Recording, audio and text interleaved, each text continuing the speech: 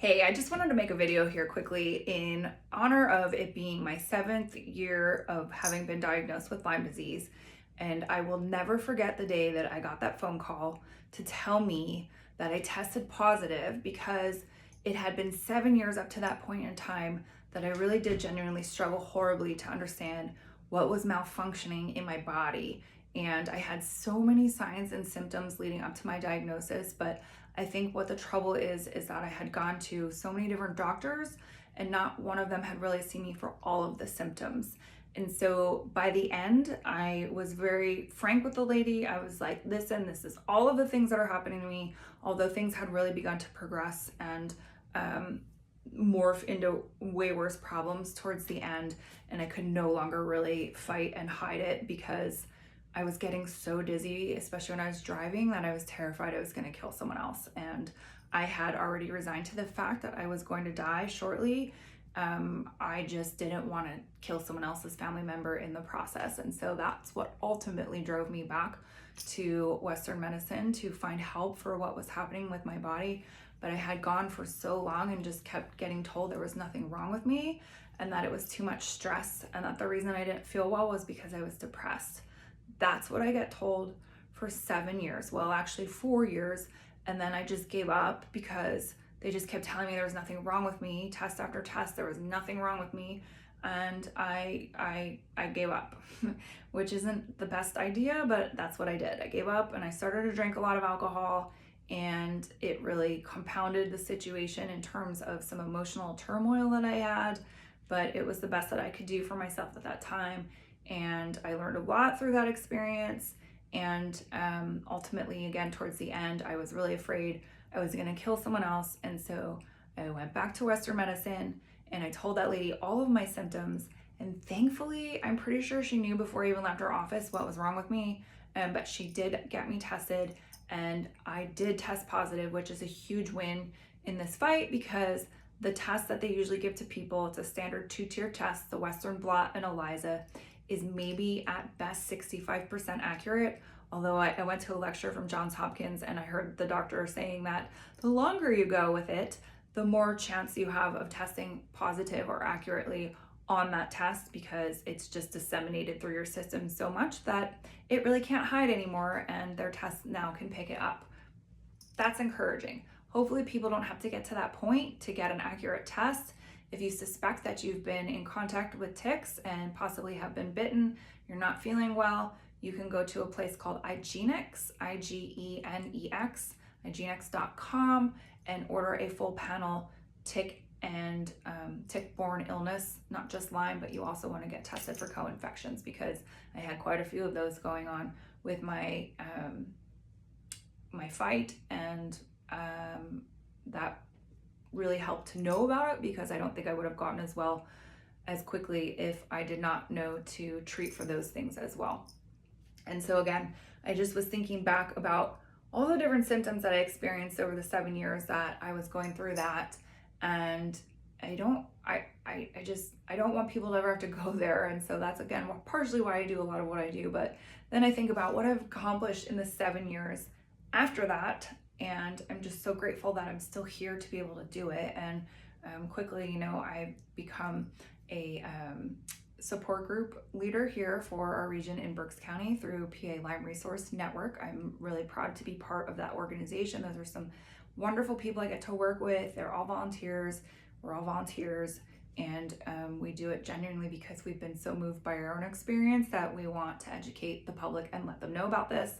I became a Lyme and tick prevention specialist as well through that organization, so I can actually go out and talk to different companies and groups. If you're interested to book a session for that, reach out to PA Lyme Resource Network. You can book me and I can come out and give a very nice presentation to whomever is interested to learn about how to keep themselves safer from ticks and the diseases that they can potentially transmit.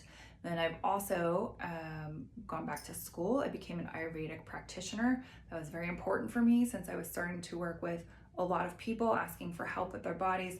I wanted to get some formal training and help people more succinctly with what could be of benefit to them more quickly. And I'm grateful that I was able to complete that. That took 4 years. and I'm just really proud of myself for having persevered and finished that. Through that time, I also became certified in Reiki level 1 and 2. I became a theta healer and also a chirologist. And chirology, if you're not familiar with that, chirology is palm readings of people, and this is not just me going hocus pocus, you're going to have 2 kids and marry at this age and have a happy life.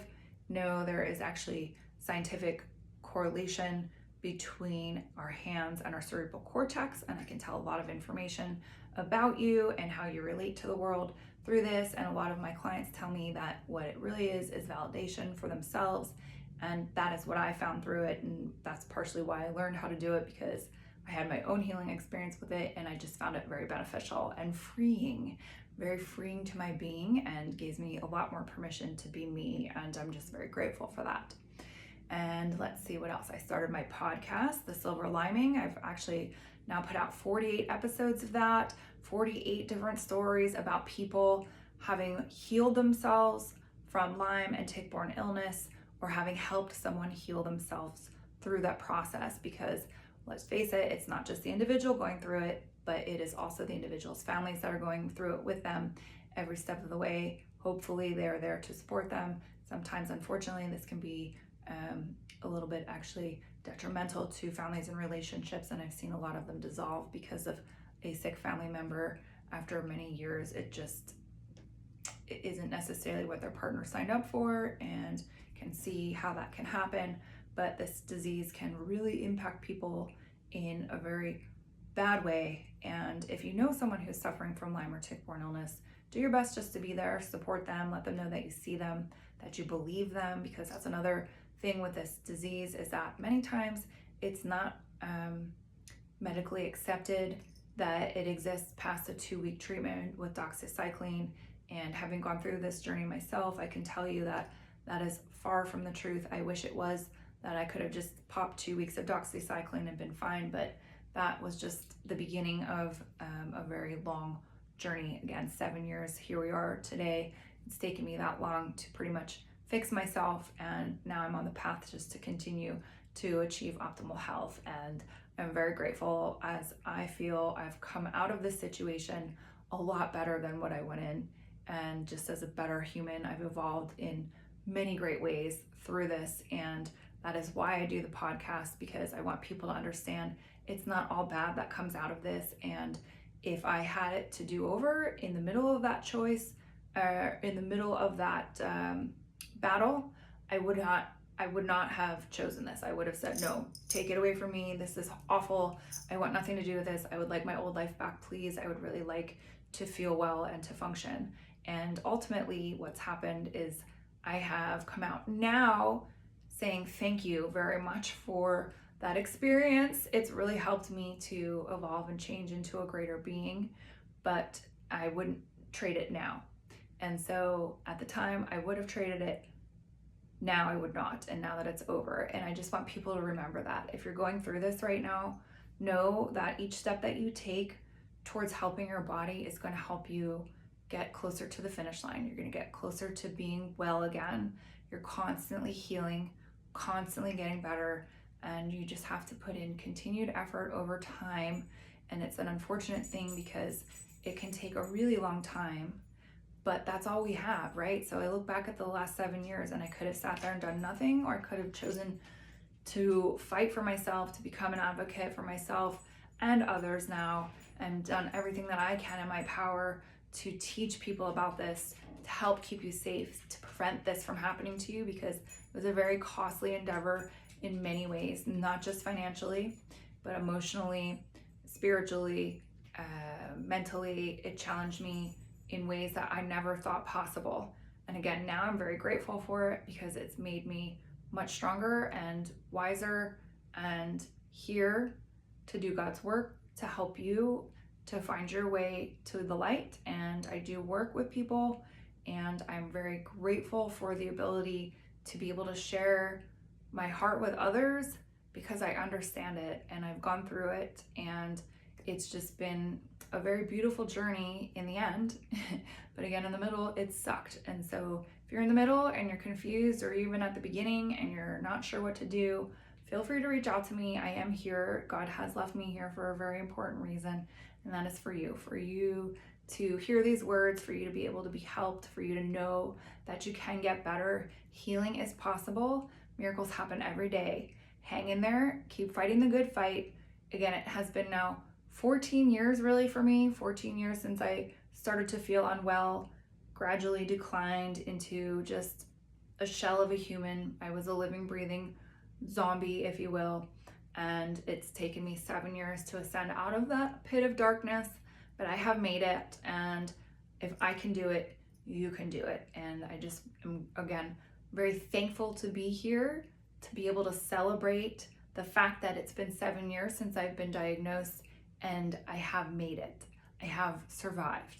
I have endured. I have grown. I have gotten so much stronger, and please use some of my strength, if you're needing it, to pull yourself up and to keep moving forward. It is completely a lifestyle change. I am no longer the person that I was. I remember her, but barely. I sometimes look in the mirror now and I'm like, who are you? I have just changed so much, and I, again, am so grateful for that. And I hope that you all find this to be true of your own journeys as you're going through this. God picks the strong for a reason to experience this. Remember that you are strong and you can do this. I love you all. I am so grateful for all of those who have helped me on my journey, who have been here to encourage me, to give me their own strength, to inspire me, and to help elevate me out of that pit of darkness, which truly is what I will forever remember Lyme disease to be. Take care.